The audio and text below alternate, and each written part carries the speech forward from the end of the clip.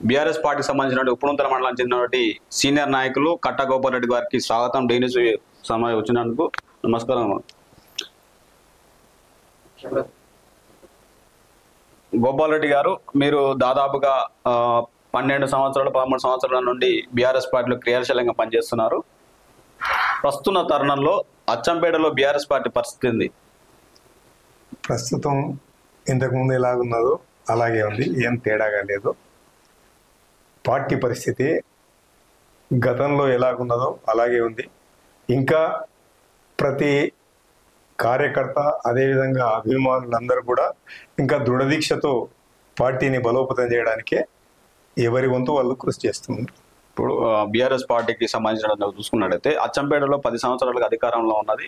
అదేవిధంగా నాగర్ కర్నూలు జిల్లా పార్టీకి సంబంధించి జిల్లా అధ్యక్షుడు పనిచేసిన మాజీ ఎమ్మెల్యే గోల బాలరాజు గారు ఇప్పుడున్న ఒక నెల రోజుల క్రితం బీఆర్ఎస్ పార్టీకి రాజీనామా చేసి ఇతర పార్టీలకు వెళ్ళడం జరిగింది. ఆ తరంలో క్యాడర్కి ఏమైనా ఇబ్బంది కలిగిందా? క్యాడర్కు ఏం ఇబ్బంది లేదు. ఒకటి ఏంటంటే ఆయన వెంబడి ఎక్కువ తిరిగే యువకులు కొంతమంది జర నిరుత్సాహానికి లోనై ఉన్నారు. వాళ్ళు కూడా అర్థం చేసుకొని తిరిగి పార్టీకి బలోపేతానికే కృషి చేయడం జరుగుతుంది. మీకు మాజీ ఎమ్మెల్యే గారి సాన్నిహిత్యం ఎలా ఉండేది? పూర్తిగా మంచిగానే ఉండేది. కాకపోతే కొంచెం ఏంటంటే ఆయన ఈ పెద్ద మనుషులేంది లీడర్లేంది అనే తత్వంతో కొంచెం పక్కకు పెట్టే పరిస్థితిలో ఉండేది. కానీ నన్నేం పక్కకెట్టలేదు, నేను ఆయనను ఏం వ్యతిరేకించలేదు. మీరు అవకాశంలో ఇప్పుడు వచ్చే తరుణంలో మాజీ ఎమ్మెల్యే గారి అంటే పోయే ప్రయత్నం ఉందా? పార్టీని నేను బతుకున్నంత వరకు పార్టీని విడిచిపెట్టి ఇంకో పార్టీలకు పోయేది లేదు. ఆయన ప్రస్తుతం బీజేపీలకు పోయింది కాబట్టి ఇంకా నేను బీజేపీలకు పోయేది ఉండదు. మీరు ఆ బీఆర్ఎస్ పార్టీ కంటే ముందు ఏ పార్టీలో ఉన్నారు? నా రాజకీయ జీవితం ఫస్ట్ విద్యార్థి దశలో తెలంగాణ ఉద్యమంతో స్టార్ట్ అయింది. అప్పుడు మర్రి చెన్నారెడ్డి గారి నాయకత్వంలో విద్యార్థులతో ఉద్యమం ఉధృతంగా జరిగింది.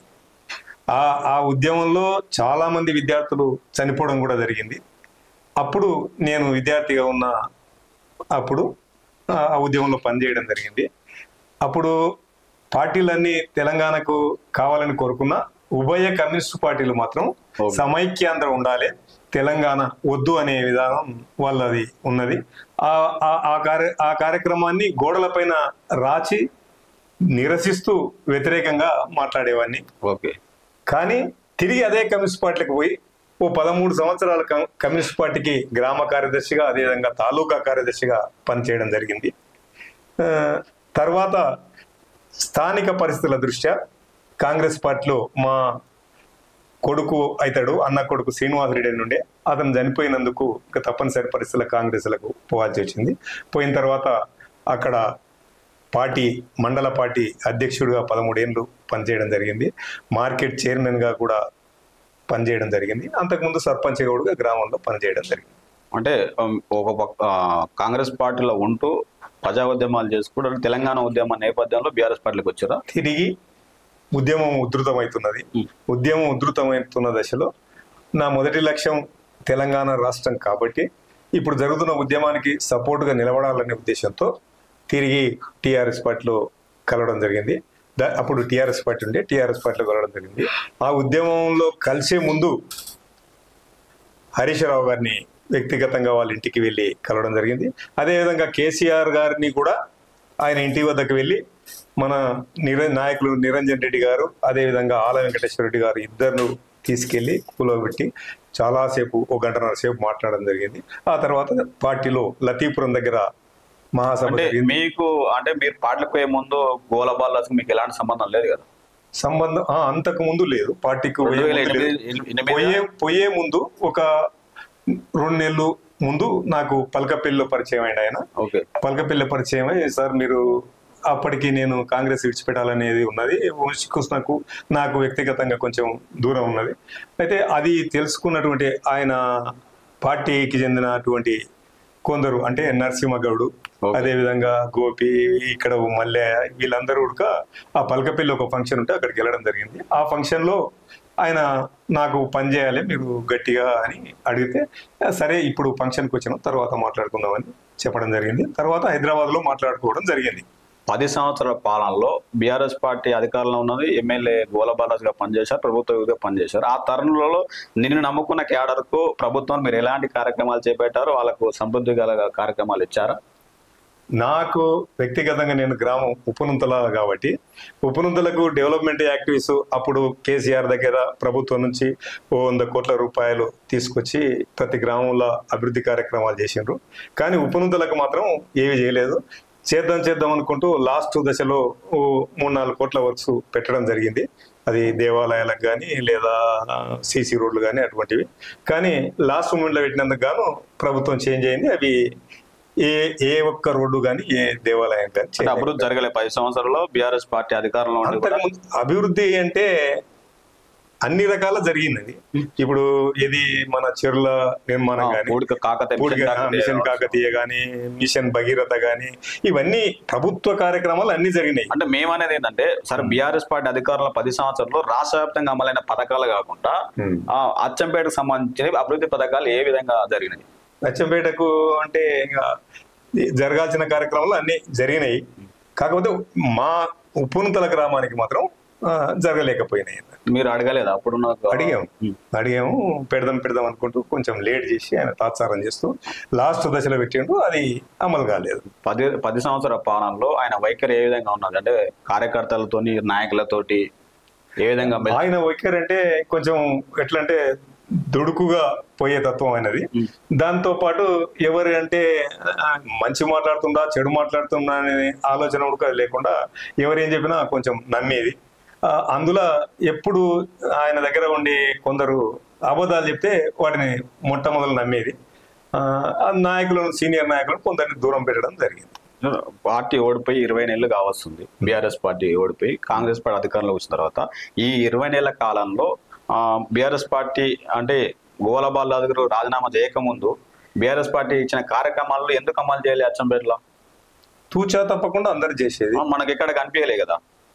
పార్టీగా, పార్టీ నాయకులుగా, పార్టీ కార్యకర్తలుగా ప్రతి ఒక్కరు ఏదైనా కార్యక్రమం ఇస్తే ఆ కార్యక్రమాలు, నిరసన కార్యక్రమాలు కావచ్చు, ధర్నాలు, రాసరకాలు కావచ్చు, కొంతమంది అంటే ఆ 20 నెలల కాలంలో బయటికి రాని నాయకులందరూ కూడా గోలబాలరాజు గారు రాజీనామా చేసిన తర్వాతనే బయటకు రోడ్డు మీద కనిపిస్తారు. బయటికి రాని నాయకులు ఎవరన్నా ఉంటే ఉండొచ్చు కానీ మీకు కూడా తెలిసే ఉంటది కదా. నేను మాత్రం ఎట్టి పరిస్థితుల్లో మీరు రాలేదంటలేను, మీకు కూడా తెలుసు కదా. గత 20 నెలల కాలంలో బయటికి రాని అంటే ఏదైతే ప్రభుత్వం పరంగా జరుగుతున్న అన్యాయాలపై అక్రమాలపై ప్రశ్నించేందుకు బీఆర్ఎస్ పార్టీ ఇచ్చిన ఆదేశాల మేరకు బయటకు వచ్చి ప్రయత్నం చేయని అధికార నాయకులందరూ కూడా ఇప్పుడు రోడ్ల బయటకు వచ్చి గోలబాల్ రాజీనామా చేసిన బట్టి ఆయన అధికారం నుంచి రాజీనామా తరుణంలో బయటకు వచ్చి రోడ్ల మీద కనిపించే ప్రయత్నం కనిపిస్తున్నారు. ఈ విషయం పైన మీరు అంటే సీనియర్ నాయకులుగా బీఆర్ఎస్ పార్టీలో ఉన్న మొదటి నుంచి ఉన్న నాయకత్వంగా కమ్యూనిస్టు భావాలు కలిగిన వ్యక్తిగా ఇప్పుడున్న తరుణంలో ఆ నాయకులపై ఎలాంటి చర్యలు ఉంటాయి? నాయకుల మీద ఏం చర్యలు ఉంటాయి? ఎవరు తీసుకుంటారు చర్యలు? అరే పార్టీకి సంబంధించిన వ్యక్తులు కదా మీరు. గోలబాల్ రాజీనామా చేయకముందు కూడా కనిపించిన నాయకులు రాజీనామా చేసిన తర్వాత ఇప్పుడు వచ్చి అడావిడిగా స్టూడియోల ముందులా కావచ్చు, రోడ్ల పైన కావచ్చు, అక్కడిక్కడ వచ్చి అడావిడి చేసిన అవసరం ఏముంది అంటారు? అవసరం ఏముందంటే ఆయన పోయిండని ఆయన మీద వ్యక్తిగతంగా ఉన్న వాళ్ళు కొందరు ఉండొచ్చు. అదేవిధంగా పార్టీ అభివృద్ధి చేయాలనే దృఢ సంకల్పంతో వచ్చే వాళ్ళు కొందరు ఉండొచ్చు. కానీ కొద్ది రోజులు విరామం దూరం ఉన్న వాళ్ళందరూ కూడా ఇప్పుడు రావడం జరుగుతుంది అనేది మీ మాటలో కరెక్ట్. నేనేం అంటే నా మాటలు కాదు, ప్రజల్లో వచ్చిన వాస్తవమే. కొంతమంది నాయకులు దూరం ఉన్నారు, తిరిగి వాళ్ళు పార్టీ కోసం పనిచేస్తున్నారు. ఇప్పుడు అంటే ఎట్లా అంటే గోలపాలతున్న వాళ్ళున్న పాలనలో నిర్బంధంలో ఉన్న నాయకుల వాళ్ళందరూ కూడా నిర్బంధం అంటూ ఏం లేదు. ఇట్లే ఎక్కడైనా వాళ్ళ ఆత్మగౌరవాలకి ఏమన్నా చెడ్డగా మాట్లాడితే వాళ్ళ పార్టీకి దూరం ఉండదు. ఒకనొక సందర్భంలో బీఆర్ఎస్ పార్టీ అధికారం కోల్పోయి అచ్చంపేటకు వస్తున్న తరంలో వెల్దాన దగ్గర అరెస్ట్ చేసిన పరిస్థితి కనిపించింది గోలబాలని. అప్పుడు కనిపించిన నాయకులు గోలబాల్ రాజీనామా చేసిన బట్టి ఎందుకు రోడ్ల మీదకి వచ్చి ప్రదర్శిస్తున్నారు? వాళ్ళ వ్యక్తిగతం అది. అంటే మామూలు నాయకులు కాదు, తాలూకా నాయకత్వం ఉన్నోళ్ళు సీనియర్ నాయకులు కొంతమంది దూరం ఉన్నారు. కానీ ఇంకా ఎప్పుడు అయినా దూరం లేకుండా ఇప్పుడు నేను కానీ నాలాంటి వాళ్ళు, నరసింహగౌడ్ లాంటి వాళ్ళు కానీ ఉద్యమంలో పనిచేసిన వాళ్ళు అందరూ ఉద్యమ నాయకత్వం కలిగిన వాళ్ళు రోడ్లపైకి వస్తారు. పార్టీ ఆదేశిస్తే ఏదైనా చేయడానికి అధికారం ఉంది. అంతే పదవుల కోసం పాదలు కలిపిన నాయకులు ఏంటి పార్టీ అన్యాయానికి గురైనప్పుడు నాయకునికి స్పందన ఉండాలి, నాయకుని అవమానం జరిగినప్పుడు ప్రజల్లోకి వచ్చి కొట్లాడాలి. అలాంటి సందర్భంలో నాయకులు ఒక నాయకుడు బయటకు వెళ్ళిన తర్వాత రోడ్ల మీదకి రావాల్సిన అవసరం ఏముండదంటే వ్యక్తిగత కారణాల వల్లనే కదా. అది వాళ్ళ వ్యక్తిగతం.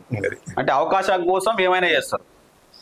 ఈ రాజకీయాలే అలాగ అయిపోయినాయి కదా. ఇప్పుడు అంటే పార్టీలో ఇప్పుడు ప్రస్తుతానికి కొనసాగుతున్న అవకాశాల కోసం వాళ్ళ సొంత అవకాశాల కోసం వచ్చారు బయటికి. ఇప్పుడు ఎప్పుడైనా నీతి న్యాయంగా ఉన్న రాజకీయ నాయకులు ఇప్పుడు చాలా అరుదు. ఇప్పుడు మొన్న స్వర్గీయ సుధాకర్ రెడ్డి గారు ఉన్నారు. ఆయన కమ్యూనిస్ట్ పార్టీలో ఉండి ఏమాత్రం సంపాదించుకోకుండా పార్టీ కోసం నిరంతరం పనిచేసినటువంటి ఆయన పార్థివ దేవాన్ని కూడా గాంధీ కళాశాలకి చనిపోయినాక కూడా దేహాన్ని ఇచ్చిందంటే అలాంటి వాళ్ళు చాలా తక్కువ మంది ఉంటారు.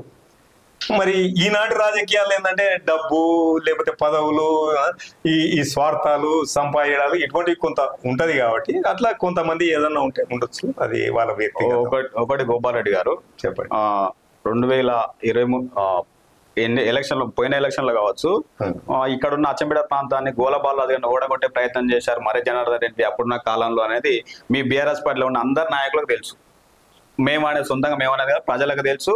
ఇక్కడ ఉన్న నేను మాట్లాడ ఆ సమాజం మొత్తం కూడా అచ్చంపేట సమాజం కూడా గోలబాలను ఓడగొట్టే ప్రయత్నం చేస్తారు మర్రి జనార్దన్ రెడ్డి. కానీ అదే మర్రి జనార్దన్ రెడ్డి గారు ఇప్పుడు అచ్చంపేటకి ఇన్ఛార్జ్ వివరిస్తున్నారు. దీనిపైన మరి బీఆర్ఎస్ నాయకత్వం అప్పుడు ఓడగొట్టిన మర్రి జనార్దన్ రెడ్డిని ఎట్లా స్వాగతిస్తున్నారు? మర్రి జనార్దన్ రెడ్డి ఓడగొట్టండి అనే దానికి ఏమాత్రం నిజం లేదు. ఎందుకంటే నేను అప్పటి నుంచి సీనియర్నే ఉన్నా, ఇప్పుడు సీనియర్ ఉన్నా. ఒక్కరోజు కూడా నాతోటి మర్రి జనార్దన్ రెడ్డి గారు ఎలాంటి మాటలు చెప్పలే. మీతో చెప్పలే కానీ అచ్చంపేట మొత్తం ఆటాప్ గా జరిగింది కదా ఎలక్షన్ లో. అది వాళ్ళు అంటారు. ఇప్పుడు ఈయన మన బాలరాజు పోయి వనపర్తిలా ఓడగొట్టాలని, నిరంజన్ రెడ్డిని ఓడగొట్టాలని ప్రయత్నం చేసిండని అన్నారు. కానీ ఒకరు పోయి ఒక తాన ప్రయత్నం చేస్తే అది అయ్యేది కాదు. అంటే నేను ఎట్లా స్వాగతిస్తున్నా అంటున్నా. ఇప్పుడు అచ్చంపేటకు వచ్చిన ఆయన చేసిండనే దానికి నిర్ధారణ నిజం ఉంటే స్వాగతించం. కానీ ఆయన చేసిన దానికి ఏమాత్రం లేదు, అపోహలు మాత్రమే. ఇప్పుడు జిల్లా పార్టీ అధ్యక్షుడు రాజీనామా చేసి వెళ్ళిపోయిన తరంలో పార్టీ కొంచెం నిరాశలో ఉంది. అచ్చంపేటలో మనం చూస్తున్న పరిస్థితులు నిరాశలో ఉంది. కాబట్టి మొన్న మీరు అన్ని మండలాల్లో మండల సమావేశాలు నిర్వహిస్తున్నారు, అన్ని మండల కార్యక్రమాలు జయప్రదం చేస్తున్నారు. పర్లంగా స్థానిక సంస్థల్లో ఎట్లా ఉండబోతుంది? స్థానిక సంస్థల్లో తప్పకుండా బీఆర్ఎస్ పార్టీ అభ్యర్థులు ఎక్కడున్నా కానీ ఎక్కువ శాతం విజయం సాధించడానికి అవకాశం ఉంది. ఎందుకంటే ప్రభుత్వం మీద వ్యతిరేకత తీవ్ర స్థాయిలో ఉంది. ప్రజలు ఏవో ఆశల కోసం ఓట్లేసి గెలిపించడం జరిగింది కాంగ్రెస్ పార్టీని. కానీ ఆ ఆశలన్నీ అడియాశలు అవుతున్నాయి అనేది అందరికి అర్థమైపోయింది. కాబట్టి ఎట్టి పరిస్థితుల్లో బీఆర్ఎస్ పార్టీ స్థానికంగా కూడా గెలవడానికి అవకాశాలు. ఇప్పుడు అచ్చంపేట సంబంధించిన అచ్చంపేట మనుషులుగానే మాట్లాడదాం.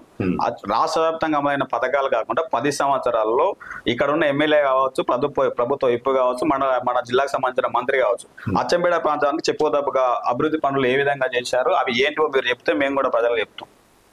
అభివృద్ధికి పనులు అంటే ఇప్పుడు ఇక్కడ కాలువ ఉంది, ఏది ఈ గ్రామాలకు పునుతల మండలం అచ్చంపేట కొన్ని గ్రామాలకు కలిపి ఉంది. అది ఆగిపోయినది, అది అప్పటికి తీసుకోలేదు. దానికోసం ప్రయత్నం చేసిండ్రు, అది నడుస్తుంది వర్క్స్. ఇంకొకటి అప్పర్ ప్లాట్ కూడా వెళ్ళడానికి ఇక్కడనే శంకుస్థాపన చేసిండ్రు, భూమి పూజ చేసిండ్రు. కానీ అది ఇంకా ప్రభుత్వం మారినందుకు దాన్ని చేయలేకపోయింది. లాస్ట్ మూమెంట్ లో కాబట్టి అది ఏం చేయలేకపోయిండ్రు. 10 సంవత్సరాలు చెప్పుకోదాకా అభివృద్ధి ఏమన్నా ఉంటే మీరు ప్రజల్లోకి వెళ్ళొచ్చు. స్థానిక సంస్థలు అచ్చంపేట సంబంధించినట్టు రాష్ట్ర వ్యాప్తంగా ఉన్న కేసీఆర్ సంబంధించిన అభివృద్ధి పథకాలు కాకుండా అచ్చంపేట సంబంధించిన ఇప్పుడున్న నాయకులు కావచ్చు, ఇప్పుడున్న ప్రజలకు వెళ్ళి ఏం చెప్తారు? ఈ ఊరికి మేము చేసినాము, ఈ అచ్చంపేటకి తీసుకొచ్చినాము, ఏం చెప్తారు? అవే చెప్తారు. ఏంటంటే మన గత ప్రభుత్వంలో ఇలాగే ఇచ్చేది, ఇప్పుడు అవి అన్ని ఆగిపోయి ఉన్నాయి. అదొకటి. రెండవది ఏంటంటే అప్పుడు రోడ్లు అవి ఇవి ఎక్కువనే ఇవ్వడం జరిగింది గ్రామాలలో.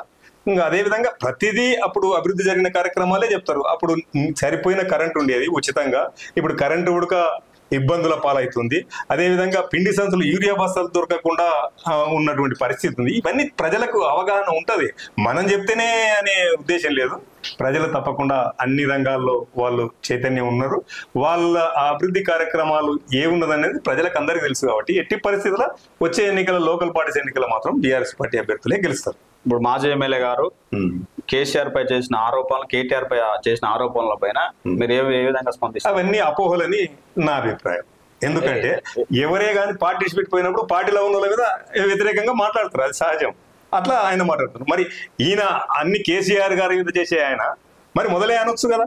మొదలే కేసీఆర్ కరెక్ట్ కాదని చెప్పొచ్చు కదా. స్పష్టంగా చెప్తున్నా కదా, నేను కలెక్టర్ తో మాట్లాడాలని కూడా కేటీఆర్ పర్మిషన్ తీసుకోవాలని ఆయన స్పష్టంగా చెప్తున్నా. ఆయన ఆ మాట మాట్లాడుతున్నాడు. నేను ఎన్నికల కంటే ముందు, పార్టీ ఏర్పడక ముందు, ఫస్ట్ ఎమ్మెల్యేల కాకముందే నేను కేసీఆర్ గారిని కలిసినాం. కేసీఆర్ ని కలుస్తామంటే ఇప్పుడు ఆయనకు ఇబ్బందికరంగా ఫీల్ అయ్యేది. మరి అది ఆయన వ్యక్తిగతం, అది దానికి మనం ఏం చేయలేము.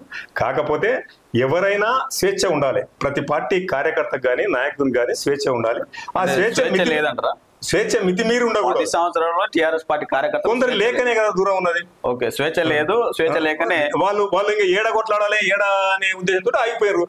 నా వ్యక్తిగతంగా నిర్బంధంలో బతికిన పార్టీ క్యాడర్ మొత్తం కూడా ఆ రాజరిక పాలన బయటకు వెళ్ళామంటే మేము కొందరు అట్లా స్వేచ్ఛంగా తిరుగుతున్నామని మాట్లాడుతాం. కొందరు ఉండొచ్చు అట్లా, అందరూ అయితే కారు. పార్టీ కాదు, పార్టీ కార్యకర్తలు కాదు, పార్టీ నాయకులు కాదు. నాలాంటి వాళ్ళు ముందే మాట్లాడేది ఎప్పుడైనా అని ఆయన ఏదన్నా ఉదాహరణకి ఏంటంటే పార్టీ అభివృద్ధి గురించి, పార్టీని గురించి ప్రజలు ఏమనుకుంటున్నారు, ఎమ్మెల్యేల గురించి ఏమనుకుంటున్నారు, మనం చేసే ప్రజల అవసరాలు ఏంటి, ఇవన్నీ తెలుసుకోవడానికి ఒకసారి ఉప్పునూతల మండలంలో ఒక్కొక్క ఎంపీటీసీకి ఒక నాయకుడిని, సీనియర్ నాయకుడిని అటాచ్ చేసి అక్కడ ఉన్న విషయాలన్నీ తెలుసుకొని మాకు చెప్పమని అన్నారు. నేను ఒకటి మీకు గుర్తు చేస్తా, 100 కోట్లకు అమ్ముడుపోయిన 4 ఎమ్మెల్యేలను ఇక్కడైతే మన ఫామ్ హౌస్ లో బంధించి 2 నెలల తర్వాత బయటకు వచ్చిన తర్వాత మీరు అచ్చంపేటలో బీఆర్ఎస్ పార్టీ ఆధ్వర్యంలో భారీ స్వాగతోత్సవ ర్యాలీ పెట్టారు. అప్పుడు స్వాగతోత్సవ ర్యాలీ పెట్టిన మీరు ఇప్పుడు అమ్ముడుపోయారని ఏ విధంగా మాట్లాడతారు ఇక్కడ ఉన్న క్యాడర్ మొత్తం? అప్పుడు స్వాగతోత్సవాలు ఎందుకు జరిపినరు? నేను అమ్ముడు పోలేదనేది ప్రచారం జరిగింది. నాకు అమ్మనికే బీజేపీ వాళ్ళు డబ్బులు ఇవ్వడానికి వచ్చిండ్రు, కానీ మేము పోలేదన్నప్పుడు వ్యక్తిగతంగా కరెక్టే కదా, మన నాయకులు మంచిగానే ఉన్నారు కదా అనే ఉద్దేశంతో స్వాగతాలు చెప్పారు. అందులో తప్పేం లేదు. అప్పుడు తీసుకున్న డబ్బులు ఇప్పుడు తీసుకున్నట్టేనా? ఎవరు తీసుకున్నామని మేము ఎట్లా అంటాం? తీసుకున్నా ఆయన మీరంటే మీ క్యాడర్ అంటుంది కదా, ఇక్కడ ఉన్న అచ్చంపల్లి క్యాడర్ అంటుంది అమ్ముడుపోయాడు బాలరాజు అని.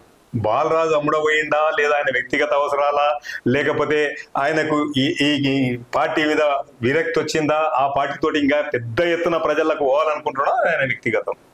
మొత్తానికి వ్యక్తిగత పార్టీకి సంబంధం లేదు. పార్టీకి సంబంధం లేదు. పార్టీ అధినాయకత్వం మీద పార్టీకి ఏమాత్రం సంబంధం లేదు. పార్టీని గురించి ఆయన ఏమన్నా గానీ ఏం జరగదు. కేసీఆర్ గురించి విమర్శించినా ఏం జరగదు. నాకు తెలిసి నేను రాజకీయంగా 50 సంవత్సరాలు పనిచేస్తున్నా. నాకు తెలిసిన ముఖ్యమంత్రుల ఎన్టీ రామారావు గారు స్వచ్ఛందంగా నిజాయితీగా పరిపాలించారు. ఆ తర్వాత రాజశేఖర రెడ్డి పరిపాలించారు. వాళ్ళు ప్రజలకు ఉపయోగపడే పనులు చేసిండ్రు కొన్ని. ఉదాహరణకి ఏంటి, విద్యార్థులు చదువుకోవడానికి ఫీజులు మొత్తం లేకుండా చేసిండ్రు రాజశేఖర రెడ్డి జమాన్. ఫీజు రియంబర్స్మెంట్ మొత్తం ఉచితం. మళ్ళీ అదే విధంగా హాస్పిటల్లో చేసిండ్రు ఆరోగ్యశ్రీ. అదే విధంగా ఇప్పుడు ఎన్టీ రామారావు అయినా డైరెక్ట్ ఎన్నికలు పెట్టిండు ధైర్యంగా. ఈ దొడ్డిదారి ఎన్నికలు ఉండొద్దనే ఉద్దేశంతో డైరెక్ట్ ఎన్నికలు పెట్టిండు. బియ్యం బీదలు ఉండరు అనేది ప్రవేశపెట్టిండు. అది ఇట్లా వాళ్ళిద్దరు ముఖ్యమంత్రుల గురించి మనం చెప్పుకోవాలి. తర్వాత చేసిన ఆయన మాత్రం కేసీఆర్ కంటే ఇంకా తర్వాత వచ్చే ముఖ్యమంత్రులు ఎవరు చేయలేరు నా అభిప్రాయం. కేసీఆర్ అవినీతి ఎక్కువ చేసిన అంటారు కదా రాష్ట్రంలో. అవినీతి చేసిన దానికి నిర్ధారణ లేదు. అవినీతి చేసిండు అనేది ఈ పార్టీ నాయకుడు ఆ పార్టీని అంటాడు, ఆ పార్టీ నాయకుడు ఈయన అంటాడు. ప్రజలందరూ ఒక నిర్ధారణకు వచ్చిండ్రు. అరే వాళ్ళు ఏం చేసుకుంటే మనకెందుకు, మనకి చేస్తుండ్రా, మంచి చేస్తలేరా అనే కాడికి ఉన్నారు ఇప్పుడు జనం. ఇప్పుడు వచ్చే స్థానిక సంస్థ ఎన్నికల్లో మీ పార్టీ నుంచి బీఫామ్ తీసుకొని మీరు స్వతహాగా మీకు సంబంధించిన కార్యకర్తలు నిలబెట్టే ప్రయత్నం చేస్తున్నారా, లేక పార్టీ ఎవరు భావిస్తాలను వాళ్ళని గెలుపు కోసం ప్రయత్నం చేస్తున్నారు? పార్టీ నాయకులు కూడా మనం వచ్చిన మర్రి జనార్దన్ రెడ్డి ఇన్ఛార్జ్ కూడా చెప్పడం జరిగింది. స్థానికంగా ఎక్కడి విషయాలు అక్కడ ప్రజల అభిప్రాయం మేరకే మనం నిర్ధారించాలి. ఓ గ్రామంలో సర్పంచ్ కావాలంటే ఆ గ్రామ ప్రజలే ఉండాలి, మండల లీడర్లు కూడా దాంట్లో ఇన్వాల్వ్ కాకూడదు.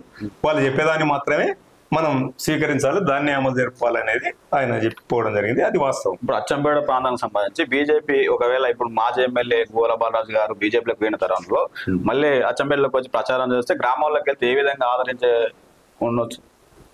ఆయనకు వ్యక్తిగతంగా ఆలోచించేదే ఉండదు. పార్టీ మీద అభిమానం ఉన్నోళ్ళు బీజేపీ పార్టీకి సపోర్ట్ చేస్తారు. అదేవిధంగా ఇంకెవరైనా చేయాలనుకుంటే కొందరు చేయొచ్చు, కానీ ఆయన చెప్తేనే పార్టీ పోతుంది అనేది ఉండదు. గోపాలరెడ్డి చెప్తేనే టీఆర్ఎస్ పార్టీ ఇంటది అనేది ఉండదు. ప్రజలందరూ ఇవాళ చైతన్యవంతులైనరు. అందరూ వాళ్ళ అభిప్రాయాలు వాళ్ళు చెప్పుకుంటారు.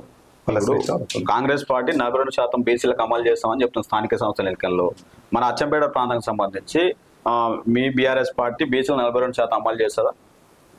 స్థానిక అమలు చేయడానికి మేం కాదు కదా చేసేదా చట్టం ఇచ్చినప్పుడు చేయాల్సిందే.